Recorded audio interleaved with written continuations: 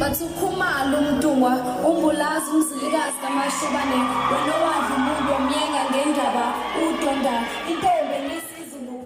Kulokuthi ukhalatha sengikhona sengiphakathi kuyona channel yakhe ehamba phambili iRadio Nkezi. Elami igama uveze ukuthi uthiwe ngakhumalo bathi la sibona amakomenti amoto semusha ngicela ukuthi wenze sure ukuthi uyasubscribe ungakhohlwa ukucomment nokulike kanjalo futhi nokushare uyikhona okukhulu kunakho konke. Bafethu nazi malo wesikhathi suke sinithathela isiniphethe indaba ehamba phambili lapha namangabe sibheka endimeni omculo amasikanje. Namhlanje ngiphethe udaba lapha oluthinta insizwa uNtencane uMfokazondi. Insizwa lena esingase sichaza kakhulu yaziwa nje endimeni omculo amasikanje. Insizwa eske yaba nengoma impela ezibambe iqhaza elikhulu lapha kubantu nje ngokuthanda. Singabala ingoma awuthembeni lapha obaya ngisabawela ziningi kakhulu.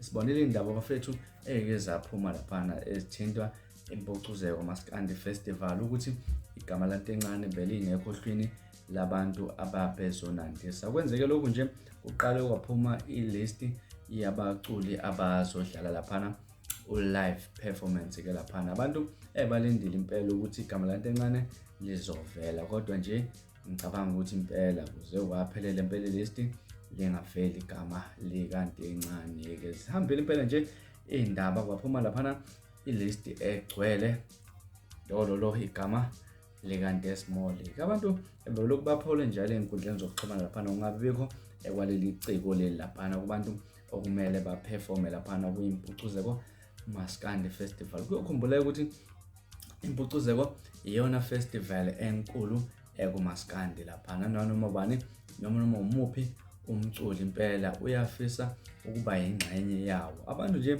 bebadidekile lapha ezinkundleni zokuxhumana ukuthi kwenzeka kanjani ukuthi uNtencane angabi ingxenye yalomdlalo okanye yale festival. uNtencane ubesebona ukuthi abantu bathi ukuthele lapha wasehamba ekhasini lakhe wabatshela ukuthi yena okwamanje akafuni ukuthi aphawule ngodaba oluthinta iMpucuzeko, uzolinda ludlule bese uyaphawula ke ngalo nje. Abantu impela basala badidekile ukuthi kungani impela relax kangaka uNtencane.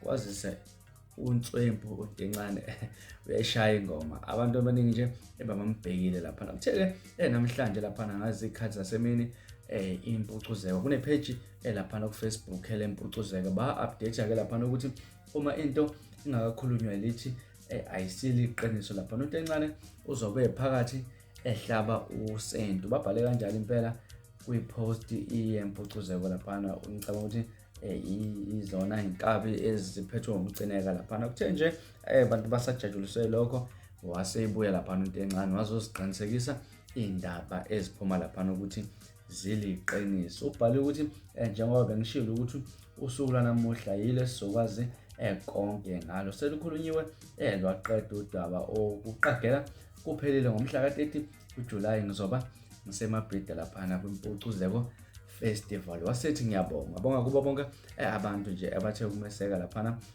phusha lolu daba ukuthi ke esingaqinisekisa siRadio Nkezi ukuthi insizwa uNtencane izoba ikhona lapha kwiMpucuzeko Maskandi Festival ngomhla ka-30.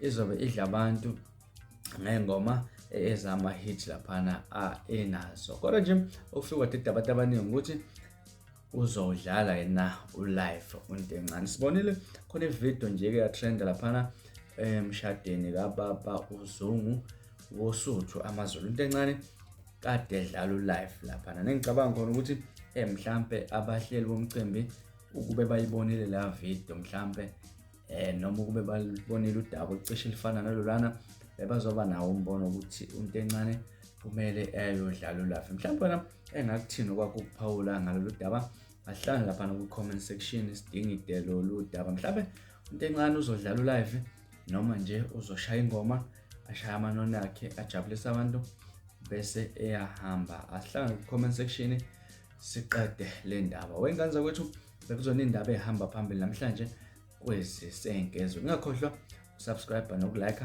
kanjalo futhi nokushare okukhulu kunakho konke. Niziphathe kahle nibe nosuku olumnandi.